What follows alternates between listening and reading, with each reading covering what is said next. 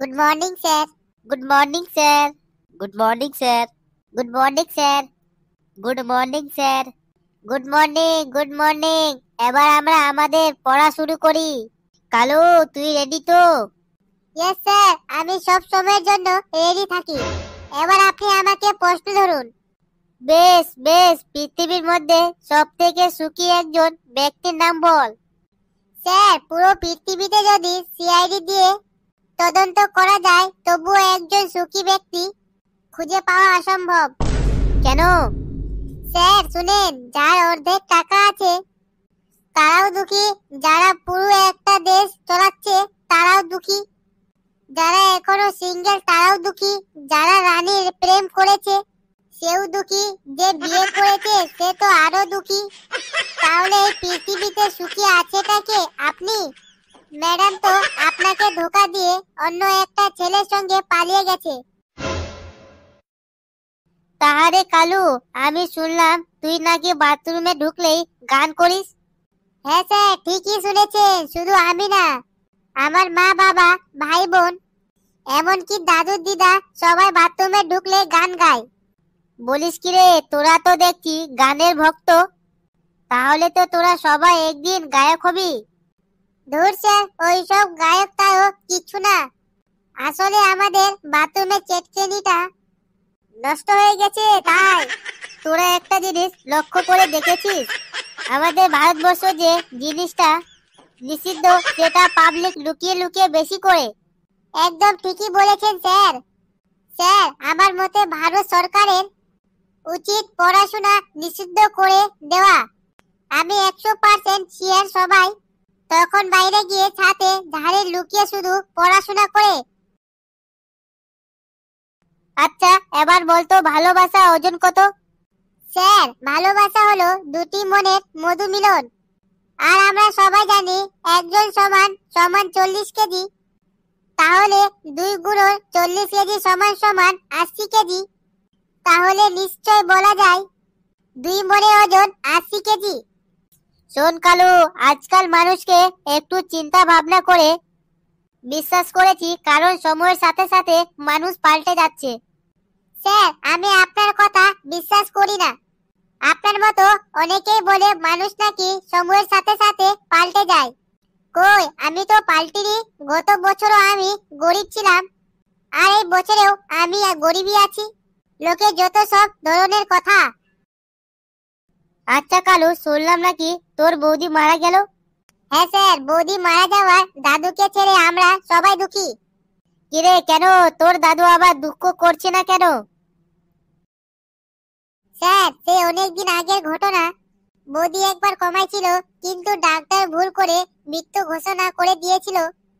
তারপর গ্রামের লোকজন সবাই মিলে সব যাত্রায় যাওয়ার সময় লাইট পোস্টে ধাক্কা লেগে বৌদির বডিটা নিচে পড়ে যায়, আর বৌদির সঙ্গে সঙ্গে জ্ঞান ফিরে আসে।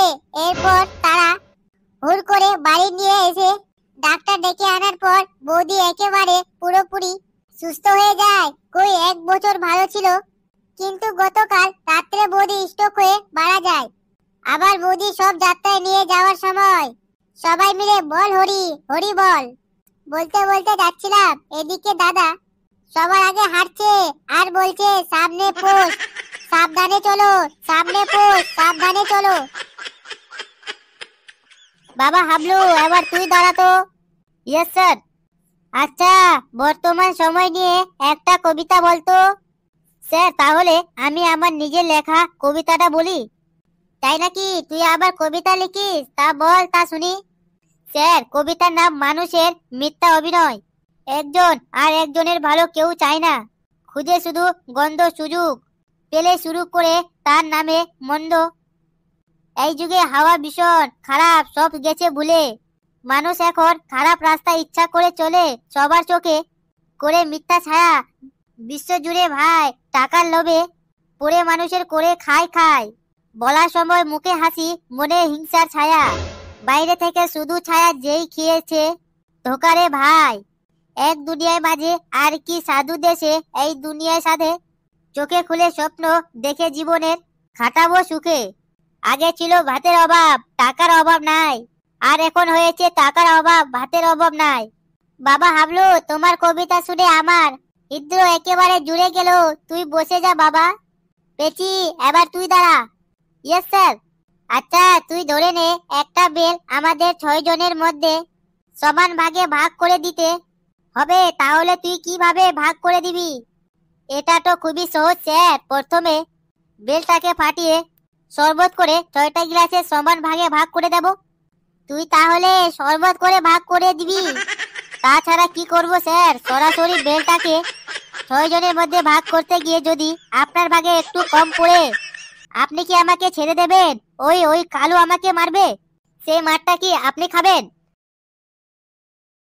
হ্যালো, এবার তুই দাঁড়া তো। Yes sir. তোদেরকে আমি সব সময় বলি লোকের উপকার করবি, সমাজের ভালো ভালো কাজ করবি, কিন্তু না, আমার কোনো কথাই তোরা শুনিস না।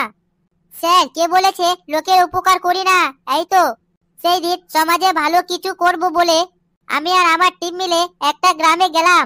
সে মদ খেলে কি কি ক্ষতি হয় সেটা বোঝানোর জন্য গ্রামের লোকজনদের বোঝার সুবিধা ছেড়ে একটা বালতিতে জল আর একটা বালতিতে মদ একটা গাদা কাছে নিয়ে গেলাম।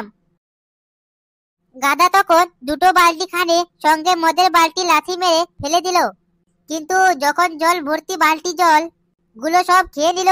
এবার আবার টিমের সবাই মিলে গ্রামবাসীকে জিজ্ঞেস করলাম, এর থেকে তোমরা কি বুঝতে পারলে? গ্রামবাসী সবাই চিৎকার করে বলল, আমরা বুঝতে পারলাম যে যারা গাধা তারা মদ খায় না। আমি মনে মনে ভাবলাম এতে গ্রামবাসীকে বোঝা যাবে না, তাই আমি আমার টিমের সবাইকে নিয়ে এবার একটা গিলাসে মদ আর একটা গিলাসে জল নিয়ে একটা পোকাকে ধরে জলে ছেড়ে দিলাম। পোকাটা সাঁতার কাটে বের হয়ে গেল। আবার ওই পোকাকে ধরে মদের গ্লাসে ছেড়ে দিলাম। পোকাটা কিছুক্ষণ পরের মধ্যে মরে গেল। আবার আমরা টিমের সবাই মিলে জিজ্ঞেস করলাম, এবার তোমরা কি বুঝতে পারলে? গ্রামবাসীরা উত্তর দিল, আমাদের পেটের পোকা মারার জন্য মদ খাওয়া একান্ত দরকার। বাবা ফুটো, এবার তুই দাঁড়া। Yes sir.